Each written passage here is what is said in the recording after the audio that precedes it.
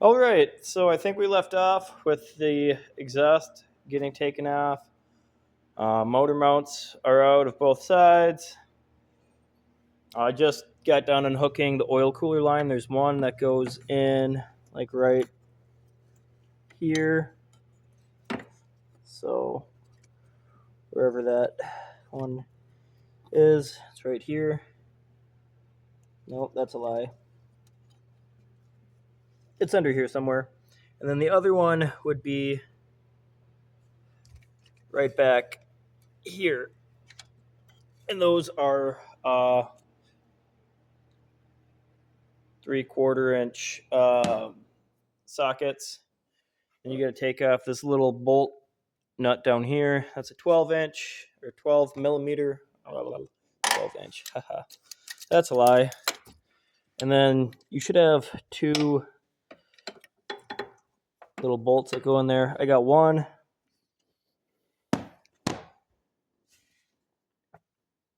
And that's a 10 mil. And then this little holder for your ignition coils will come off.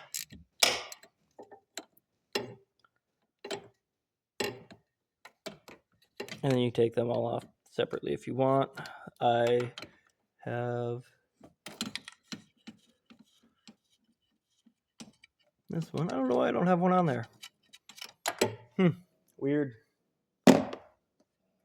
But yeah, that comes off. Oh, and then you have this other one right in there. I believe that's a 10 as well.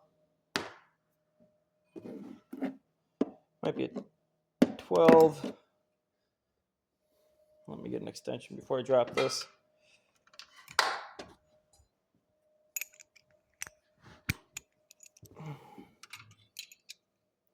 That is not a 10.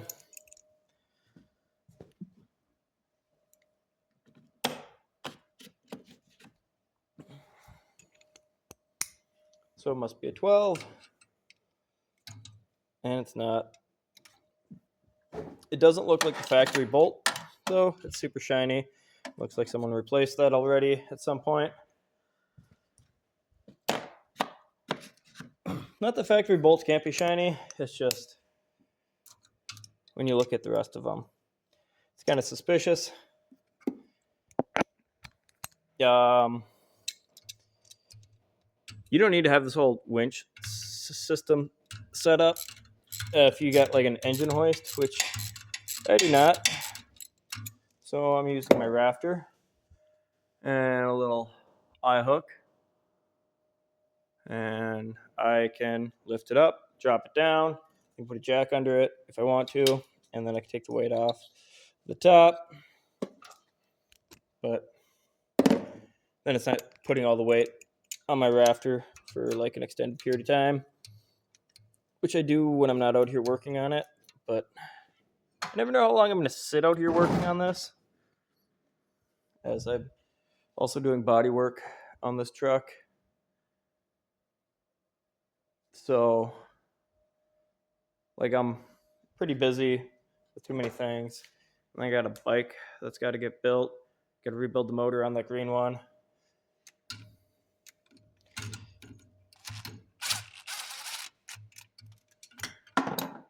And then you drop the bolt because, you're using one hand and trying to show people online what you're doing.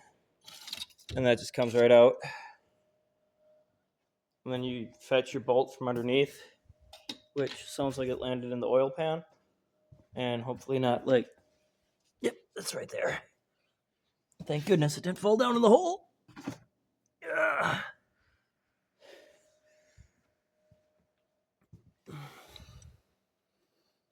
And as you can see, we're not running an AC pump right now.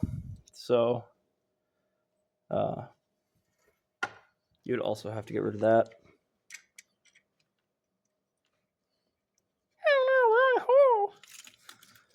And then this comes off, and you can struggle to get it out of your way. Pull the dipstick. Oh, shit. Looks like there's no oil in there.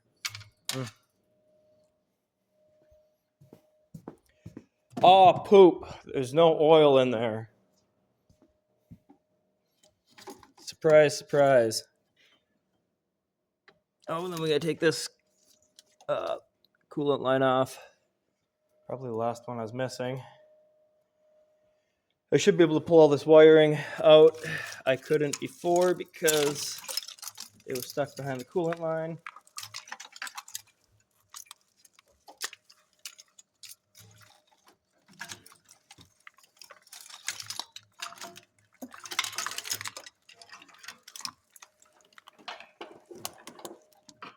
It kind of feels wrong just pulling it off to the side like that. But, you know, whatever. You gotta do what you gotta do sometimes. I guess I could have left that in there. But, anywho, it'll come off eventually. Yeah, you're right. You're right. Don't put it back in. Don't put it. It's coming out anyways. It's coming out anyways. Just leave it.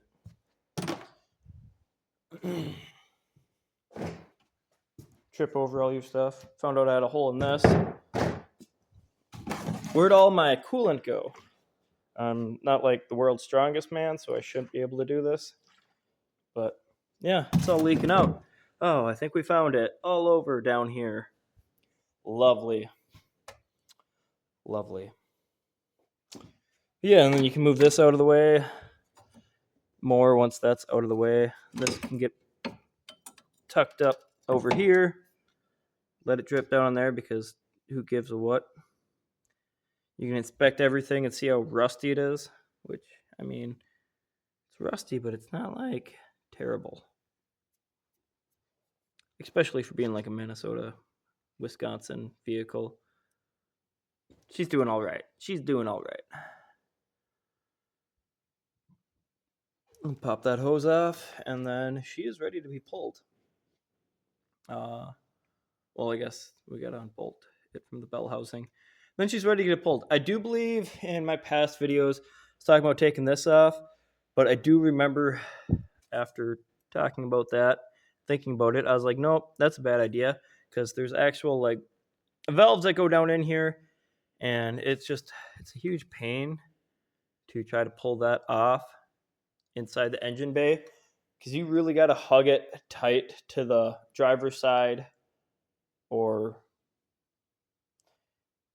the legal left side, but it'd be the right side as you looking at the motor like this. It'd be the right side, but it's the legal left side because we all know that when we talk about left and right, we're talking about the way you sit in the vehicle. Yeah, and then I guess I got to unbolt this yet. I think that should be the last connection. I'm sure as I'm pulling this out, I'm going to find more things that got to come out. But yeah, you got to hug it really far to that side, and then this is just a pain to even like squeeze out. It's just easier if you pull it out with the car. So if you watched any of my videos and are like, oh yeah, I'm gonna pull my motor and have decided to start doing it, and like, oh, this sucks. That's my fault. I'm bad. My bad. I'm sorry about that. You do baby water pump.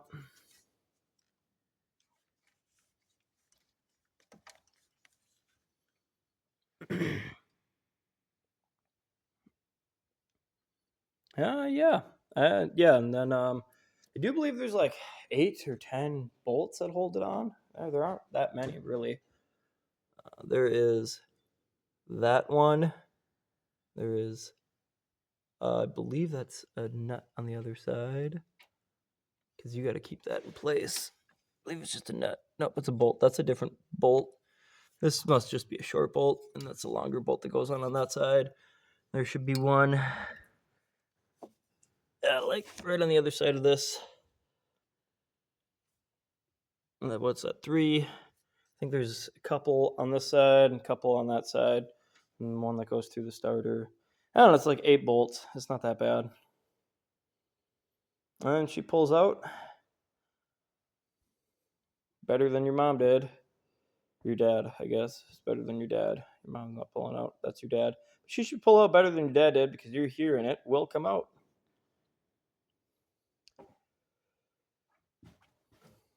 All right. Well, I'll call this a video and then I'll have another video of me yanking that out. and hopefully I'll have a little help. It's nice to have the extra set of hands, and then we're gonna actually. I've got a stand. I got not a stand. I don't have a stand. My buddy's got a stand, but I don't have the adapter plate.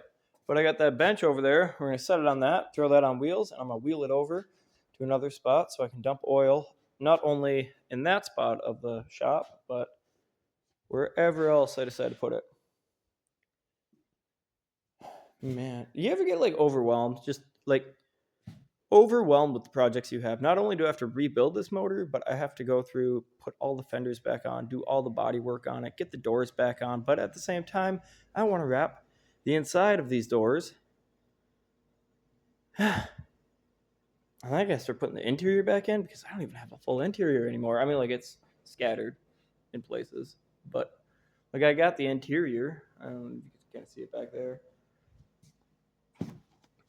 I gotta fix this crack in the dash, and I'm probably just gonna do Alcantara, and then I got like these stains up there, so I'm gonna like Alcantara the roof, not the roof, but the headliner. I don't know if you're doing that. Do you want to do like that little spot there, or do you just leave the airbag and then accent it with the black and the cream, and then you have your cream of the seats, and like that seats tore up,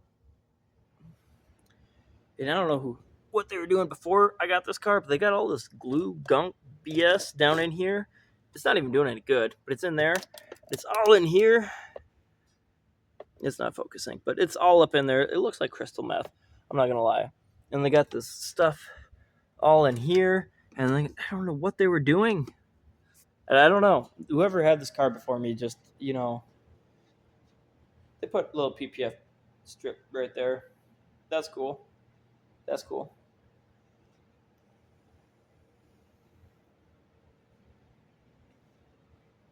I don't know. It's just what I don't know. People tear into stuff, and it bothers me. It really bothers me. Like they got glue shit back in here too. Glue stuff back in there too. This is actually pretty clean for the most part. I don't remember what's in here. It's not bad. They got all this glue gunk down in there, and I gotta fix that. Gotta fix it. I gotta fix it. You're into it. You gotta fix it. You gotta do it. It's the OCD mixed with like ADHD mixed with like depression, and we're sending it. I don't know if the dash is coming out or if the dash isn't coming out. I feel overwhelmed some days. But then I get overwhelmed with this project, and I start working on this project, and then I'm like, oh no, I should get my kid's bike working again. But I'm like, I got to get this going also.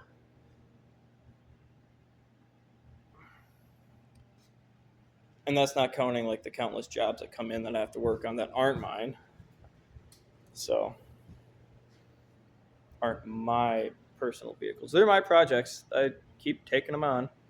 But, like, I don't know, this bodywork's turning up pretty damn good.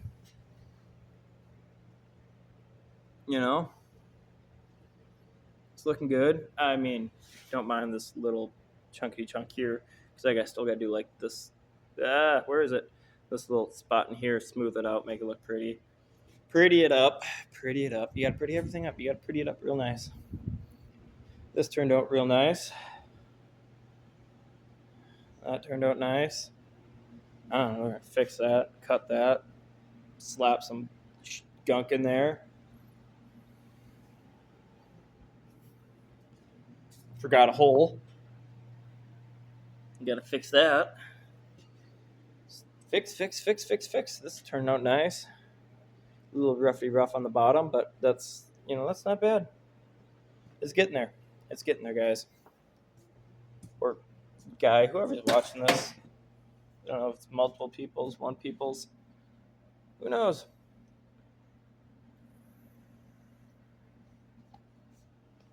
But we'll call this a video.